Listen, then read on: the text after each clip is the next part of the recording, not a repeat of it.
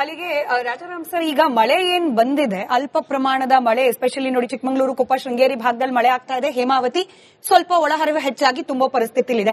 ಕೊಡಗು ಭಾಗದಲ್ಲಿ ಮಳೆ ಆಗ್ತಾ ಇದೆ, ಹೀಗಾಗಿ ಹಾರಂಗಿ ಸ್ವಲ್ಪ ನೀರಿನ ಪ್ರಮಾಣ ಹೆಚ್ಚಾಗಿದೆ. ಕೇರಳದಲ್ಲಿ ಮಳೆ ಆಗಿದೆ, ಕಬಿನಿಯಲ್ಲಿ ನೀರು ಯಥೇಚ್ಛವಾಗಿ ಆಚೆ ಬಿಡಲೇಬೇಕು ಅನ್ನೋ ಪರಿಸ್ಥಿತಿ ಇದೆ. ಹಿಂಗೊಂದು ಮಾತ್ರಕ್ಕೆ ಕರ್ನಾಟಕಕ್ಕಿದ್ದ ಸಮಸ್ಯೆ ಅಲ್ಲಿಗೆ, ಅದರಲ್ಲೂ ಕಾವೇರಿ ನದಿ ನೀರಿನ ವಿಚಾರಕ್ಕೆ ಸಂಬಂಧಪಟ್ಟಂತೆ ಪರಿಹಾರ ಆಗೋಯ್ತಾ? ಈಗ ಬಂದಿರುವ ಮಳೆ ಅಥವಾ ಇನ್ನೊಂದ್ 2 ದಿನ ಬರುವ ಮಳೆ ಪ್ರಾಬ್ಲಮ್ ನ ಸಾಲ್ವ್ ಮಾಡ್ಬಿಡುತ್ತಾ ಅಂತ ಹೇಳಿ ನಾವು ಯಾಕೆ ಅಲ್ಪ ತೃಪ್ತರಾಗ್ತಾ ಇದ್ದೇವೆ? ಇದೇನ್ ಮಳೆ 2 ದಿವಸ ಬಂದಿದೆ, ಅದ್ರ ಜೊತೆಗೆ ಇನ್ನೊಂದು ಮೆಸೇಜ್ ಇದೆ. From 2nd August the rainfall is going to totally come down. ಅದನ್ನು ಯಾಕೆ ನಾವು ಓದಲ್ಲ? ಅದನ್ನು ಓದಿದ್ರೆ ಈಗೇನ್ ಮಳೆ ಒಂದು ಸ್ವಲ್ಪ ಬಂದಿದೆ, ಸ್ವಲ್ಪ ಚೇತರಿಕೆ ಆಗಿದೆ. ಬಟ್ ಆ ನೀರು ಇನ್ನೂ 10 ತಿಂಗಳು ರಿಸರ್ವಾಯರ್ ಇರಬೇಕು. ಇನ್ನು ಮುಂದಿನ ಮಳೆ ಬರಲ್ಲ ಅಂದ್ರೆ ಇಲ್ಲ, ಸರ್ಕಾರ ರಬಿ ಕ್ರಾಪ್ನು ನಾವು ಮಾಡಲ್ಲ ಅಂತ ತೀರ್ಮಾನ ತಗೊಂಡ್ರೆ ಆ ಬಹುಶಃ ನೀರೆಲ್ಲ ತಮಿಳುನಾಡಿಗೆ ಬಿಟ್ಕೊಂತ ಕುತ್ಕೋಬಹುದು ನಾವು. Should the state Fargo both the crops?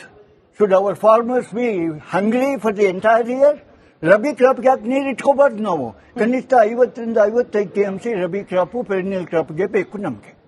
ಆ ನೀರು, ಈ ನೀರು 2 ತಿಂಗಳು ಒಂದ್ ವೇಳೆ ಹೆಚ್ಚಿಗೆ ಮಳೆ ಬಂದ್ರೆ ನಮ್ಮ ರಿಸರ್ವಾಯರ್ ಇರಬೇಕು. CWMA ಹೇಳಬೇಕು ತಮಿಳುನಾಡಿಗೆ, ನೋಡಿ ಅವರು ಖರೀಫ್ ಕ್ರಾಪು ಬಿಟ್ಕೊಂಡಿದ್ದಾರೆ, ದಯವಿಟ್ಟು ಅವ್ರನ್ನ ಬಲವಂತ ಮಾಡಬೇಡಿ, ಈ ವರ್ಷ ಮಳೆ ಇಲ್ಲ, ನಿಮ್ಗೇನು 237 TMC ಇನ್ನು ಮುಂದೆ ನಾರ್ತ್ ಈಸ್ಟ್ ಮಾನ್ಸೂನ್ ನಲ್ಲಿ ಬರುತ್ತೆ, ನಿಮ್ ಗ್ರೌಂಡ್ ವಾಟರ್ ಏನಿದೆ ಈಗಾಗಲೇ ಏನು ಬಿಟ್ಟಿದ್ದಾರೆ, ಇನ್ನು ಮುಂದೂ ಅಲ್ಪ ಸ್ವಲ್ಪ ಬಿಡ್ತಾರೆ, ಆ ನೀರ್ನ ಇಟ್ಕೊಂಡು ನೀವು ತೃಪ್ತಿ ಆಗಬೇಕು. ನಿಮ್ಗೆ ಇನ್ನು ಹೆಚ್ಚಿಗೆ ನೀರು ಸಿಗಲ್ಲ ಅಂತ ಈಗಲೇ ವಾರ್ನ್ ಮಾಡಬೇಕು. So that they don't unnecessarily grow, put some seeds and then ask for water. ಇದನ್ನು ನಾವು ಮೊದಲೇ ಮಾಡಬೇಕು. ಇದು CWMA ಲಿಖಿತ ಪೂರ್ವಕವಾಗಿ ಬರೆದು ಕೊಟ್ರೇನೆ ಬಹಳ ಒಳ್ಳೆಯದು ಅಂತ ನನ್ನ ಅಭಿಪ್ರಾಯ. ಬಟ್ ಮುಖ್ಯಮಂತ್ರಿಗಳ ರಿಯಾಕ್ಷನ್ ಇವತ್ತು ಕೇಳಿಸ್ಕೊಂಡ್ರೆ ರಾಜಾರಾಮ್ ಸರ್, ನೀರು ತುಂಬಿದೆ, ಕಬಿನಿ ಆಲ್ಮೋಸ್ಟ್ ಫಿಲ್ ಆಗ್ಬಿಟ್ಟಿದೆ, ನಾವು ಅದನ್ನ ಹಿಡಿದಿಟ್ಕೊಳ್ಳೋಕಾಗಲ್ಲ. ಪ್ರೊಟೆಸ್ಟ್ ಮಾಡೋರು, ಶ್ವೇತಾ ಮೇಡಮ್ ತರದವರು, ಕನ್ನಡ ಪರ ಸಂಘಟನೆಗಳು, ರೈತರು ಅಲ್ಲಿ ಹೋಗ್ಬಿಟ್ಟು ನೀರನ್ನ ತಡೆದು ಹಿಡಿಯೋಕ್ಕಾಗಲ್ಲ, ಯಾರು ಆ ಪ್ರಯತ್ನ ಮಾಡಬೇಡಿ, ಹಿಂಗಾಗಿ ನಾವು ಅನಿವಾರ್ಯವಾಗಿ ಬಿಡ್ಲೇಬೇಕಾಗತ್ತೆ ಅನ್ನೋ ಅರ್ಥದಲ್ಲಿ ಮುಖ್ಯಮಂತ್ರಿಗಳು ಮಾತನಾಡಿದ್ದಾರೆ. ಅದನ್ನ ನಾವು ತೋರಿಸಿದೀವಿ ಕೂಡ. ಆಯ್ತಮ್ಮ, ನೀವು ತೋರಿಸಿದ್ರಿ ಸರಿ. ವಾಟ್ ಡಸ್ ದಿ ಹಿಸ್ಟರಿ ಸೇ? ಈಗ 192 TMC ಅಂತ ನಮಗೆ ಹಿಂದೆ ಟ್ರಿಬ್ಯುನಲ್ ಆರ್ಡರ್ ಕೊಟ್ಟಾಗ ಅದನ್ನು 3 ಭಾಗ ಟ್ರಿಬ್ಯುನಲ್ಲೇ ಮಾಡಿದ್ರು. 52 TMC KRS ಇಂದ ಹೋಗಬೇಕು, 60 TMC ಕಬಿನಿಯಿಂದ ಹೋಗಬೇಕು. KRS ಕಬಿನಿ ಅಪ್ ಟು ಬೆಳಗುಂಡ್ರು ಏನು ಈ ಕ್ಯಾಚ್ಮೆಂಟ್ ಇದೆ, ಇಲ್ಲಿಂದ 80 TMC ನೀರು ಹೋಗಬೇಕು ಅಂತ ಕೊಟ್ರು. ಆದರೆ ವಾಸ್ತವಾಂಶ ಏನು ಗೊತ್ತಾ?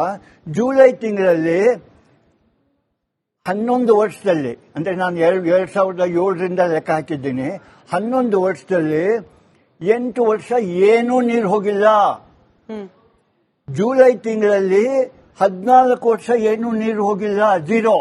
ಅಂದ್ರೆ ಈಗ ಜೂನ್ ಜುಲೈಯಲ್ಲಿ ಏನಾಗಿದೆ, ಆ ಭಾಗದಲ್ಲಿ ಮಳೆ ಬರೋಲ್ಲ, ಆ ಭಾಗದಲ್ಲಿ ನೀರಿರಲ್ಲ, ರನ್ ಆಫ್ ಇರಲ್ಲ, ಏನೂ ನೀರಲ್ಲ.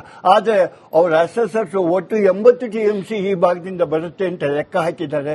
ಅದು ಹೆಂಗ್ ಬರುತ್ತೋ ಗೊತ್ತಿಲ್ಲ, ಅದೇನು ತಮಿಳುನಾಡಿಗೆ ಫೇವರ್ ಮಾಡೋದಕ್ಕೆ ಮಾಡಿದ್ರು ಆ ತರ ಗೊತ್ತಿಲ್ಲ. ಆ 80 TMC ಬರೋದಿಲ್ಲ. ಅದನ್ನ ನಮ್ಮನ ಮೇಲೆ ಹೇಳಿ ನೀರ್ ಬಿಡಿ ಅಂತ ನಾವು ಇರಿಗೇಷನ್ ಇಟ್ಕೊಂತ ನೀರು ಆ ನೀರು ಬಿಡಿಸ್ತಿದ್ದಾರೆ. ನಾನು ಹಿಂದೆನೂ ಹೇಳಿದ್ದೀನಿ, ಪ್ಯಾರಾ 25 ಪೇಜ್ 210 ವಾಲ್ಯೂಮ್ 5 ಒಳಗೆ ನಾವು ವರ್ಷಕ್ಕೆ ಪೂರ್ತಿ ಆಗೋ ಕುಡಿಯೋ ನೀರು, ರಬಿ ನೀರು, ಖಾರಿಫ್ ನೀರು, ಪೆರಿನಿಯಲ್ ಕ್ರಾಪ್ ನೀರು ನಮ್ಮ ರಿಸರ್ವಾಯರ್ ಈ 4 ತಿಂಗಳಲ್ಲೇ ಹಿಡಿದಿಟ್ಕೋಬೇಕು ಅಂತ ಟ್ರಿಬ್ಯುನಲ್ ಕ್ಲಾರಿಫಿಕೇಶನ್ ಕೊಟ್ಟಿದೆ.